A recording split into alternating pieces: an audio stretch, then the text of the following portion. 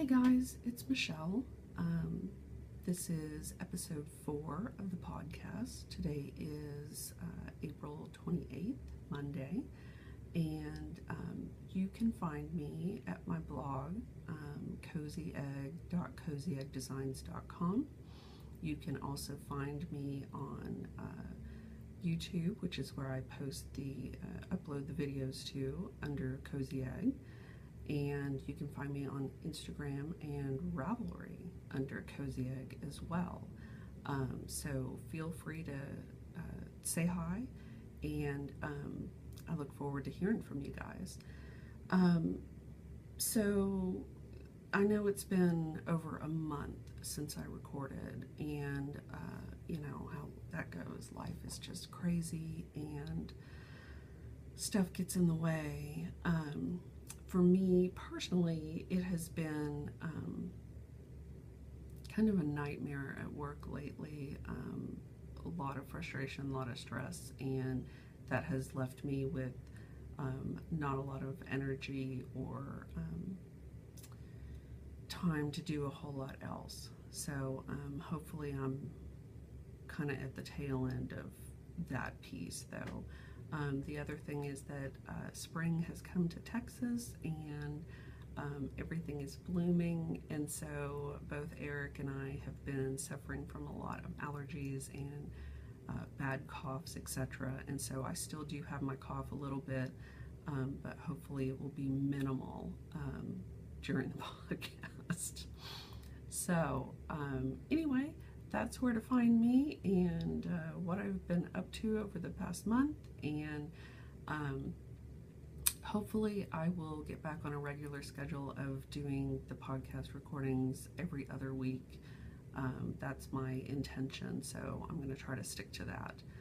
And also, you may have seen I did do a blog post on the blog about my sampler quilt that I finished earlier in the year. I finally got photos of it and posted some photos up on a blog post, so take a look if you haven't had a chance to see that yet. Alright, so let's get started. I do actually have finishes to share.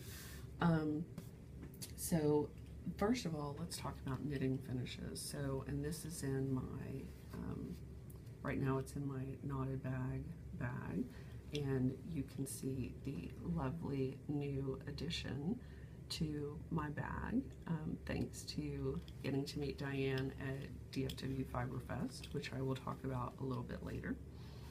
But so my two finishes are, and unfortunately I just realized that I do not have the ball bands, the labels to show you for these yarn colorways, but we'll just make do. So the first thing is, last time I showed you I was in progress with my washcloth, and it's all finished now. Yay!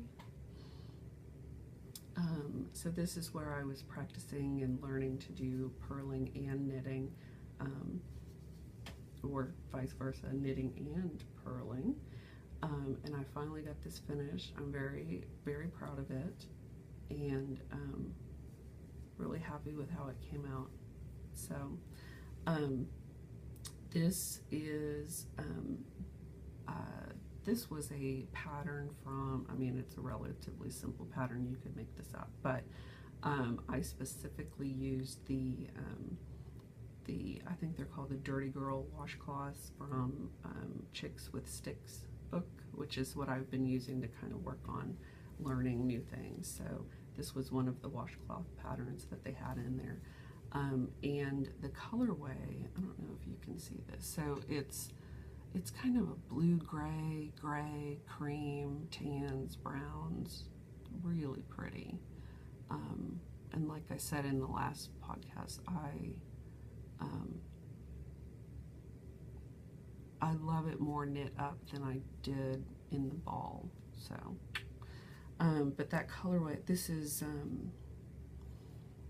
sugar and cream cotton that I think I got at like Joann's or Michael's or something, and the colorway for this is called Earth Ombre. So that's my first finish. Yay. And then once I finished that, I started another washcloth, which is also one of the Dirty Girl washcloths from that same book, and it's a basket weave pattern.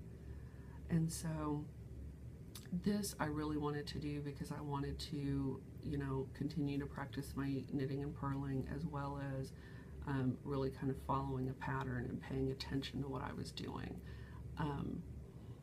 And this is also, let's see if I can get good color for you. Everything's kind of washed out in here. That's probably pretty accurate. I learned a lot doing this. Oh, this colorway is it's also sugar and cream cotton, and this color is called Terra Firma. So, and it's kind of darker browns and grays, kind of a charcoaly gray. That's probably, the light's really weird in here.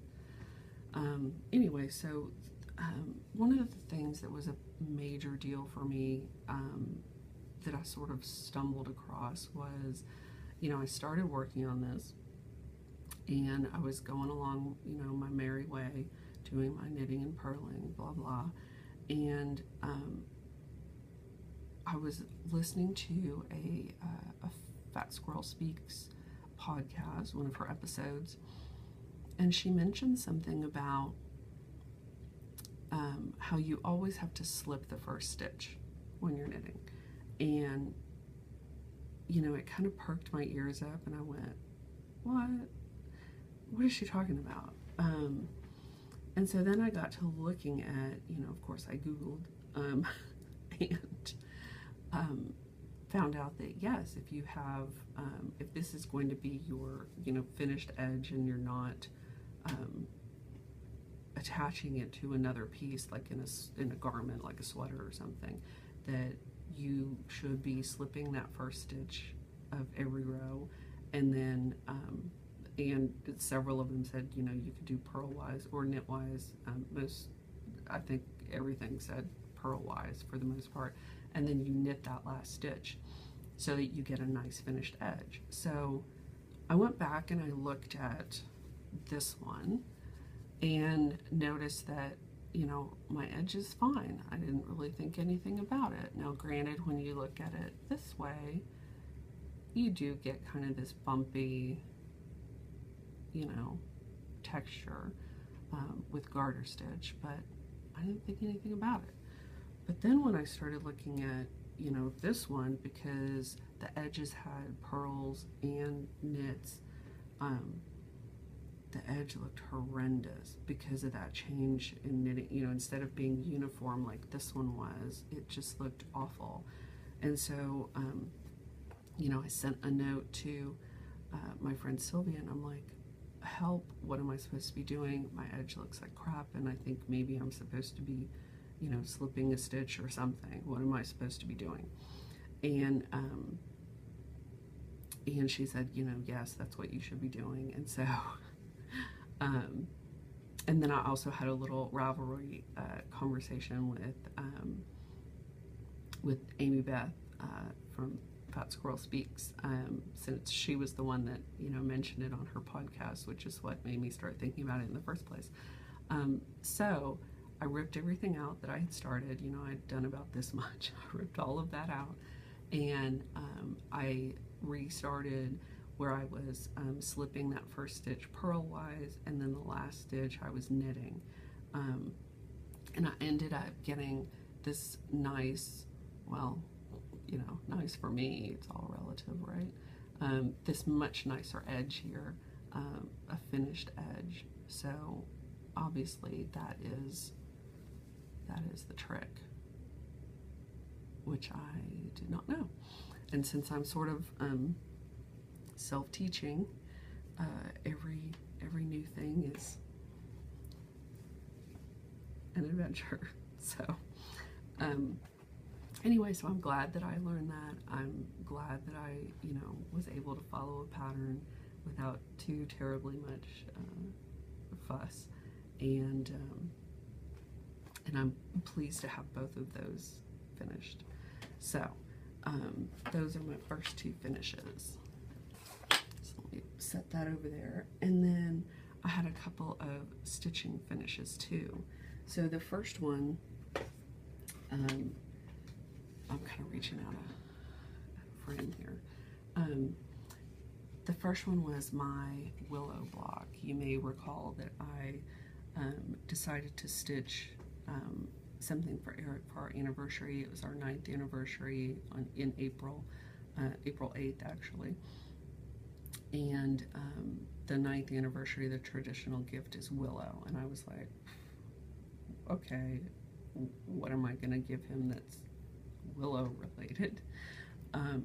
And since I was a major fail on stitching something for Valentine's Day, I decided I wanted to stitch something for him for our anniversary. So I went ahead and found a block that had willow trees in it.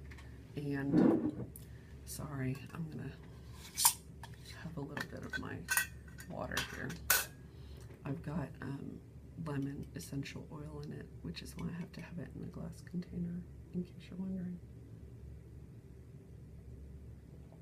But I don't want that cough to start. So anyway, I wanted to stitch something that had willow trees in it and give it to him for our anniversary. So I did. I stitched this was from Village of Hawk Run Hollow, Carriage House Samplings, and you can see the willow block is that second block there. And this is what it was, that's how it was charted. Obviously I made some changes to it, so I wanted to show you kind of what the original looks like. And so, I got this finished last week. I finished stitching it, and then over the weekend I went and got, I went to Michael's and I found a pre-made frame that worked perfectly for it, with one minor change that's going to have to be made. But I wanted to go ahead and show this to you, so let's see if I can do it without, there's tons of reflection. Okay, maybe that's good. So there's the little willow block. I'm so happy with it, seriously happy with it. I think it turned out beautifully, and I put our wedding date down there at the bottom. I love the little birds at the top. I love the church with the stained glass windows. I love everything about it, and I loved this frame too. It was just kind of the perfect piece for it. Now what you will see is you can see my border here just barely, and I thought it really needed this inner mat, because it needed that transition between, but obviously this is, it's too close and it's covering up some of my border but not all of my border. That's probably due to the fact that I framed it myself. But I'm going to take this to Michael's and see if they can trim this inner mat for me just a tad, so that you can see all of the outside border. And so it's so that'll look a little more finished and nice. But I'm very happy with it, and I think it's beautiful, and I can't wait to hang it. I did give this to Eric, and he loved it as well. He said it reminded him of the East Coast and kind of the Northeast. It just made him think about that, and his family's all from New York, so he said it just sort of reminded him of that. And his family had a huge big willow tree on their property, so I'm really pleased with it, and I think he was too. So that's my first stitching, well, really my only stitching finish. But while I was at the store getting getting that frame, I found another frame for a piece that I finished, I think Christmas before last. And so I went ahead and got this frame, and oh, let me sit back because that's like blowing out the photo, the video, I mean. So I went ahead and found this frame, got it framed up, and this is probably going to need a little adjustment too, but I wanted to go ahead and show it to you. So, yay, there's my piece. This was a free pattern. It was a stitch along, and so each Sunday between like Thanksgiving and kind of the middle of December, this is Paulette Stewart, Plum Street Samplers. She released, you know, a piece of this design each week on Sunday with kind of a Bible verse to go along with it, and it was so much fun to do. It was so much fun to look forward to getting that block or that piece each Sunday, and you know, kind of using that time Sunday night to stitch on it as kind of a little devotional. I really loved it, and it was a perfect thing to do, you know, for the season. So I finished this at that time, and it's just been sitting kind of unframed. So when I found this frame, and it's hard to tell, but this frame is actually kind of a coffee brown, espresso brown maybe. When I found this frame, I thought, oh, perfect. Now, as you can see, I do lose kind of the tips of my berries here on the sides, but you know what? This is a $7 frame, and now it's framed and I can enjoy it, versus if I take it and have it framed professionally, that would be a good bit of moolah to spend. So it's framed and I'm happy with it, and I love this piece so much. I did make a couple of changes to the colors. I felt like Mary really needed to be in blue. She was not charted to be in blue, but I felt like she needed to be. So I love it. I'm very happy with it. Oh, it's a sweet little piece. So anyway, so that's my other finish. Well, it's a framing finish, I guess. So, and I have everything over here on this chair. I should probably pull it closer to me so I'm not having to reach out of camera range. Okay, so those are my 4 finishes, my 2 knitting finishes, and then my 2 stitching finishes. So what have I been working on? I finished the willow block kind of mid last week, and then I didn't get to stitch or knit or anything for a couple of nights, and then I finished my washcloth like on Friday, I think. And so then I decided, you know, I really just want to stitch on something that is kind of easy and mindless, and something just for me, you know. I have stuff I should be stitching on, but I just wanted to stitch on something fun. So this is in my beautiful fabric that I bought in Paris at a lovely little stitching, and they had some quilt fabric also there, a little shop there, and I just love it, love it, love it. The macarons and all the little pretty treats. It's just, I love this fabric. Love it, love it, love it. So Sylvia and I both bought some of the, you know, we bought enough so that we could each have a stitch wallet out of it, and she made them for us, and I love this pretty, you know, ceramic button that she put on there. And then the inside is this pretty pink fabric.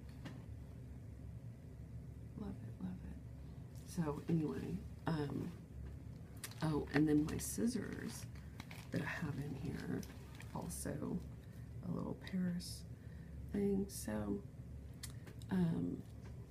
let's see if I can hold that still. So I have my little green and white polka dot scissors, and then my scissor fob is two little treats and a little tassel at the bottom. It's a little suede tassel.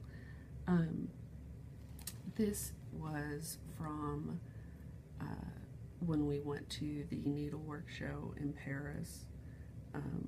There's a company there called Butterfly Couture, and they make a lot of these sweet little, you know, these little pieces and fobs and all sorts of things, and I just loved it. I thought it was so sweet, and I love it on my green scissors. So, and I'm all about the tassel, which sounds terrible, but whatever.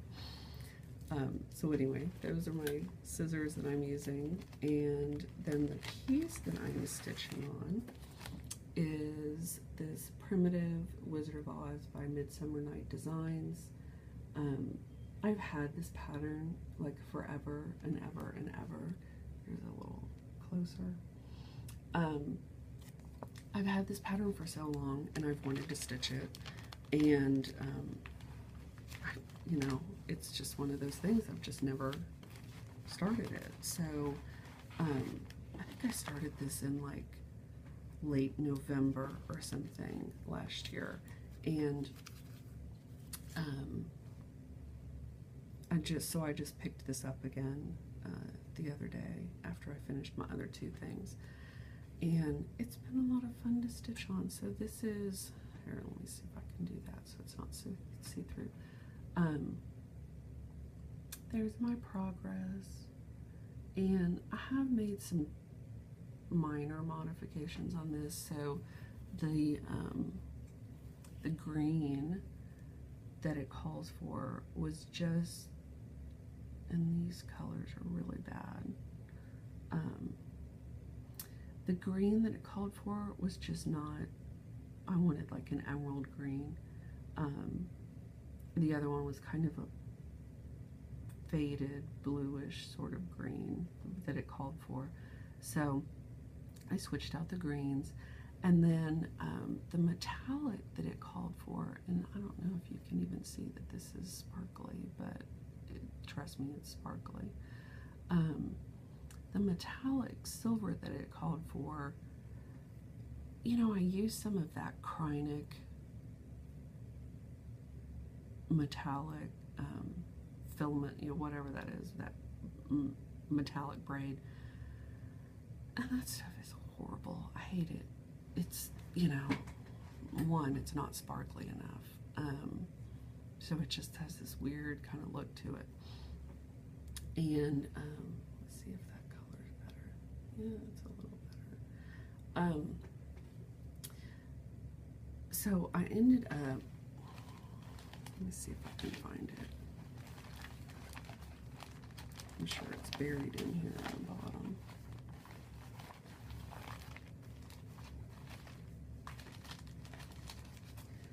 Oh, there it is. Okay, so this is, yeah, see that? It's awful, awful, awful. What I didn't like about it is that, one, it splits really bad, and so, and then it just doesn't, there's not enough sparkle to it in a single stitch to really, you know, see it and see that it's supposed to be sparkly. So I dug into my stash and found my my metallic. This is Petite Treasure Braid from Rainbow Gallery. This was actually my St. Petersburg kit. But see how sparkly that is? it's just a much higher quality metallic, and it doesn't unravel like the Kreinik does. So I decided I would use that and use it for my sparkle. Yeah. Seeing a little tornado, which, you know, I was stitching last night conveniently while we were under a tornado warning. I was hoping to like ward it off, I guess, with my stitching. So anyway, that's what I've been working on. I love it. I'm happy with it. It's simple. It's it just makes me happy. And the whole border is this, you know, the yellow bricks. So it's fun. Fun stuff. So that's really the only thing that I've been working on. But I have a couple of new starts that I'm going to work on. I have also been working a little bit on cutting the fabric for my 2 Tulip Pink quilts. And Kelby Sews on Instagram is doing a quilt along, a My Precious quilt along, meaning you use your most precious fabric to work on something. So I'm going to work on my Tulip Pink Squirrels quilt and try to get that done as part of the quilt along. So that's my little incentive. So a couple of things since last time. So I told you I would talk a little bit further about DFW Fiber Fest. It was my first time to go. It was a lot of fun. It was a little overwhelming. You know, I guess going to, you know, the quilt show or anything, at the Dallas Quilt Show in particular, I've gone to that several times. I'm familiar with quilting, and so I don't find it that overwhelming, I guess. But since knitting is such a new thing for me, it's you know, I guess I just felt a little overwhelmed because there was so much like unknown, like new to me kind of stuff. So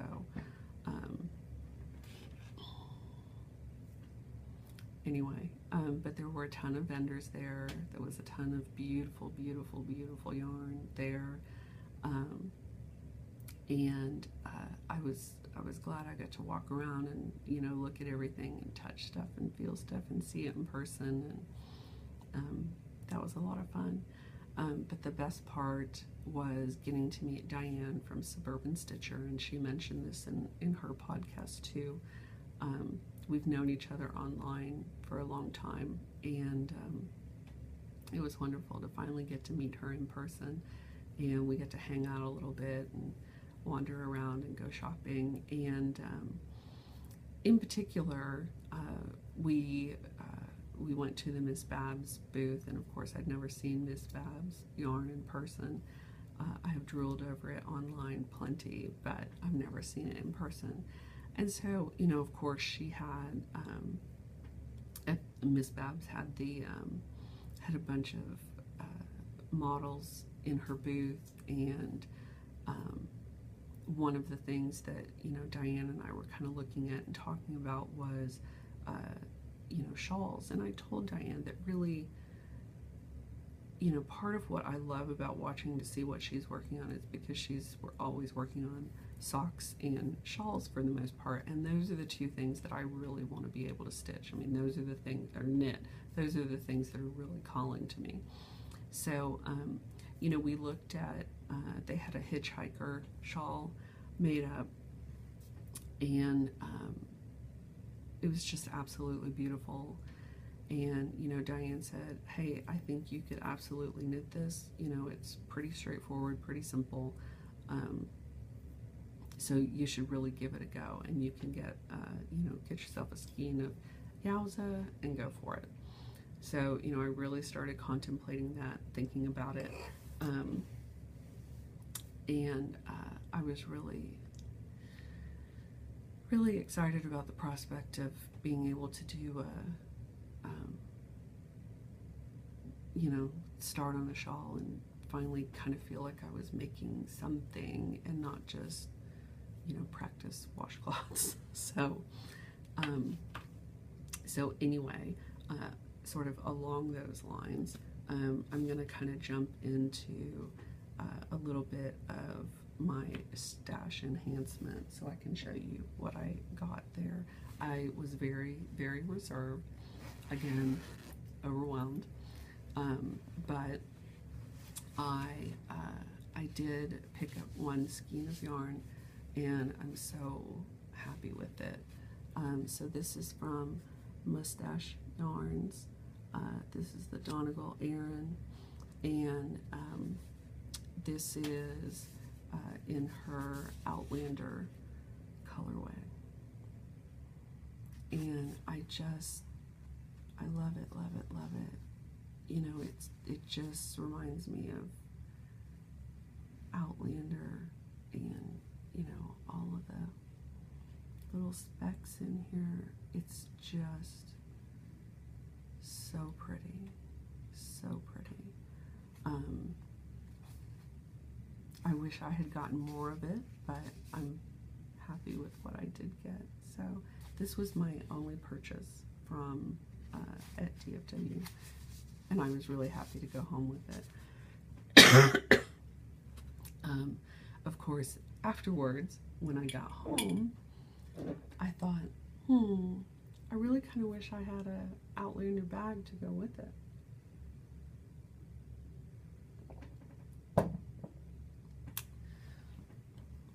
And somebody hooked me up. She had more, this is from Suburban Stitcher, and she had more that she made up and offered on her, in her shop. And so I'm absolutely thrilled to have it. This is like a beautiful, beautiful, beautiful bag. All her bags are beautiful, and I got to see all of them in person in the shop. But this one, this has linen, this beautiful, beautiful linen at the bottom, and then the tartan is actually the Fraser tartan. Fraser tartan. So now I can have a little piece of Jamie Fraser with me all the time.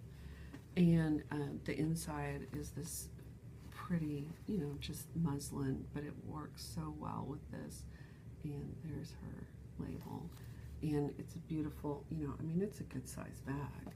So my Outlander yarn needed a place to live. At least that's what I told her. So I'm so happy with it. I'm thrilled. I don't know what the heck I'm gonna make with that yarn, but something fabulous, I'm sure. So anyway, that's kind of you know, Fiberfest. I'm definitely gonna go again. I had a good time. I think next time I go, you know, that'll be a whole year that I will have been knitting and working on stuff, and I will have a better idea of what the heck I'm looking at. So anyway, so speaking of knitting, the other thing I wanted to mention is, you know, I am on Ravelry, as Cozyegg on Ravelry, and I've actually been on Ravelry since 2007, like way back when it, you know, first kind of started, and you had to request to join, and then it was like you got on this wait list, and then eventually, you know, got in. It was that kind of thing. So anyway, so I went back out and, you know, looked at my profile and everything, and I spent a good amount of time updating my stash and getting my yarns that mostly that people had gifted me, getting those all loaded and identified and everything on the site. And I figured it was a good time to do it while my stash is very small. And so I went ahead and did that. I got my needles updated, all that good stuff. So I'm very happy with that. And I have gone in and I've put my 2 washcloths in my finished objects, and also my garter stitch cowl that I made earlier in the year.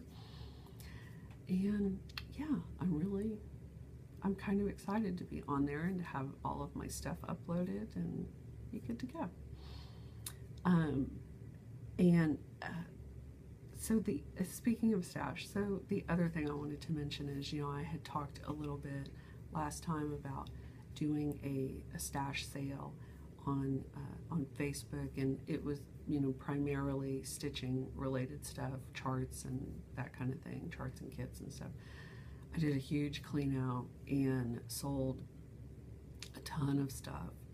There is still a ton left to sell, but I sold a ton of stuff, which was great. It really made me feel good to get that stuff out of there. And the benefit of selling a bunch of stash is that then you can use that money to buy more stash, just different stash. So that's my preface to what you're about to see. It's not crazy, but you know, it's more than normal at one time for me.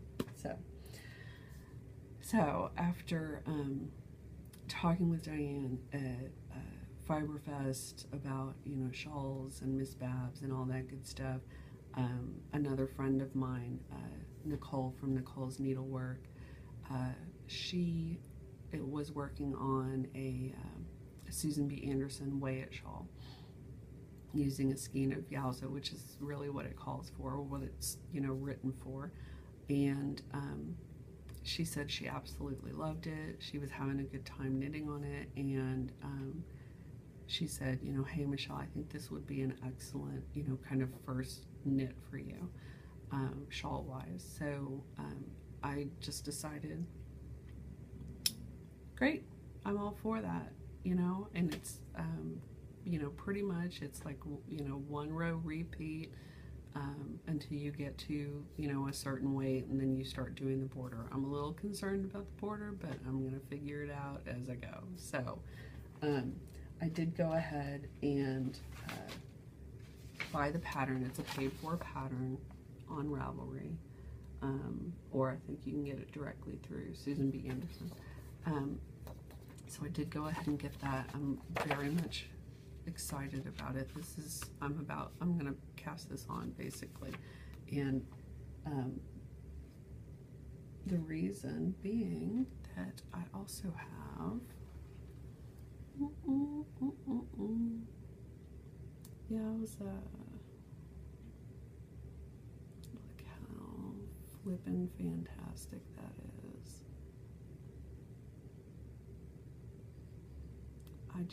I can't even with this yarn. It is like, I'm seriously like, this is the most gorgeous thing in the whole world. That's how I feel right now. I love all the charcoal. I love the purple and the pop of green. So obviously this is Miss Babs Yowza, and the colorway is Zombie Prom, because, you know, zombies. And so there's the tag, and Miss Babs Yowza.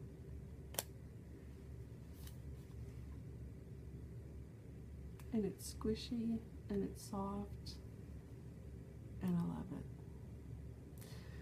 So I have my pattern, I have my yarn, and so what else could I possibly need? Oh, I might need some needles too. So, oh, I'll get back to that. So, yeah, signatures, because I had to.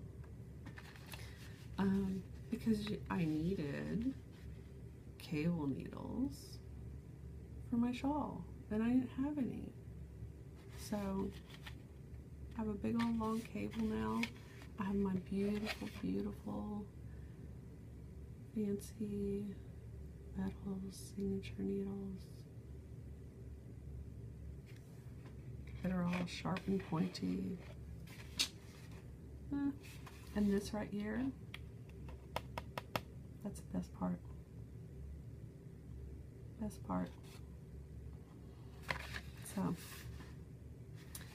I have needles, I have yarn, I have my pattern.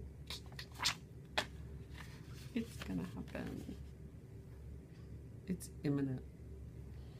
Oh, and I was gonna show also, so I guess when you order from Miss Babs, she sends you a little itty bitty mini skein sample. And so this one is, it's a little swatch of Kunlun DK yarn, which is merino cashmere and silk.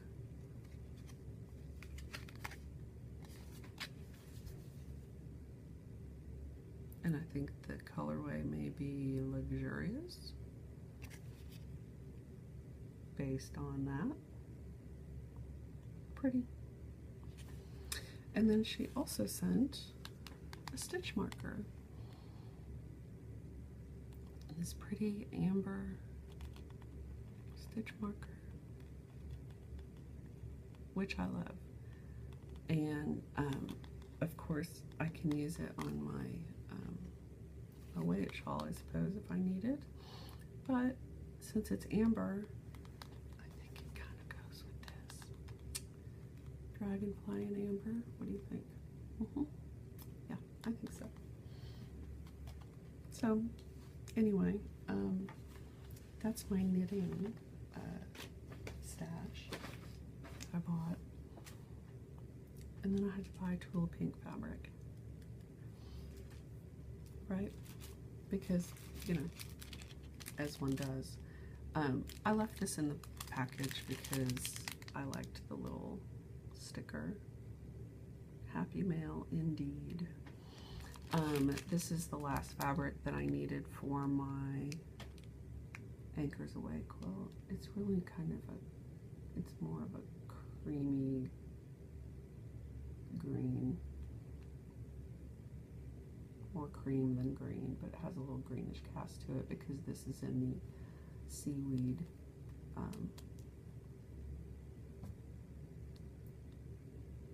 colorway. And it's the submarines and seaweed. And you can see the little sub there. So cute. Anyway, so that's for my Anchors Away quilt. And I mentioned I was working on my squirrel quilt. So here's the thing I've learned. When you're working on a quilt, it's called a 5-yard wonder, meaning you only need, you know, 5 yards of fabric, a yard of 5 different fabrics.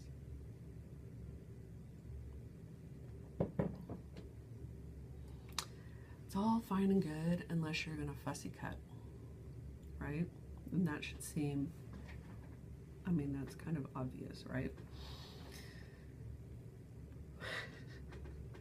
So I start fussy cutting my squirrels for the quilt so that the 2 little squirrels are facing each other.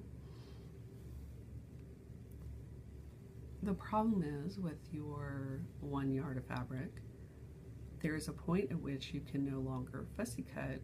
And by fussy cut, for those of you that aren't quilters, fussy cut simply means that you are cutting so that a particular part of the design is, you know, in your cut. So long story short, I have 5 squirrel blocks that instead of 2 little happy squirrels facing, looking at each other, I have 2 squirrel butts. Just their bushy tails. And I have like 5 blocks that look like that. And squirrel butts are not really, you know, something I wanted to highlight in my quilt. So I went on a frantic search for more squirrel fabric, which is almost impossible to find.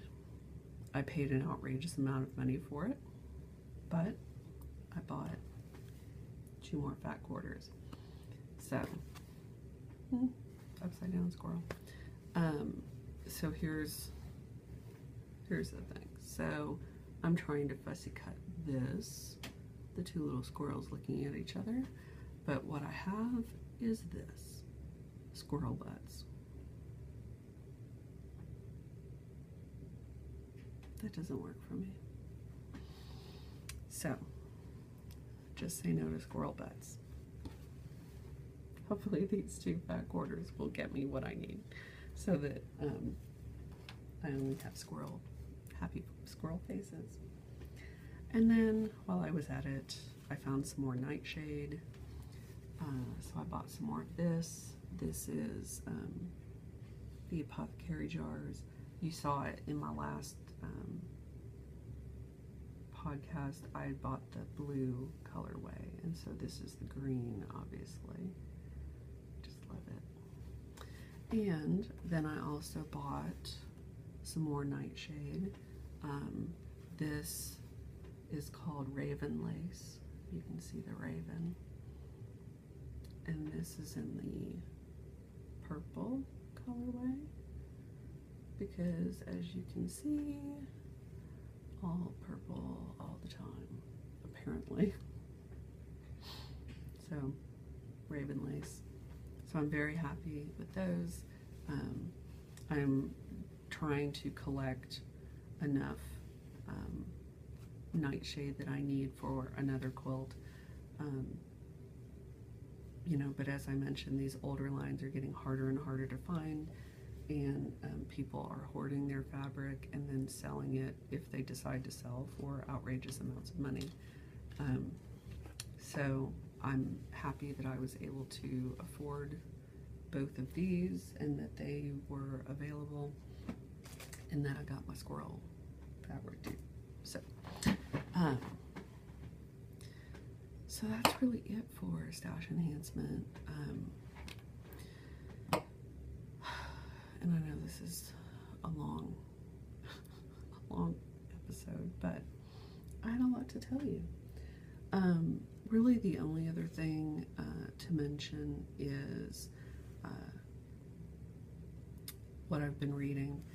So I mentioned last time that I'm reading this book, Daniel Silva, The Fallen Angel. I am only about like 80 or so pages from the end, and I am on page 321, and I think there's like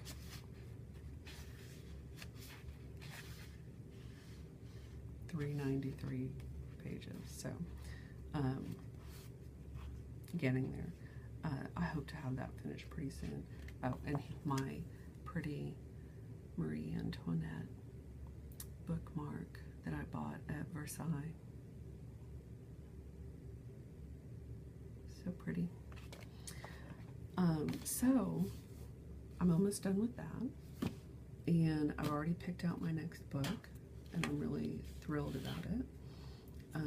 This is my next book. This is Sublime by Christina Lauren, and this is a young adult book. I'm thrilled to read this. I have read their adult books, adult books.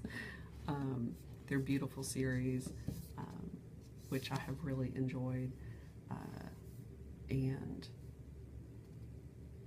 I think this will be an excellent book.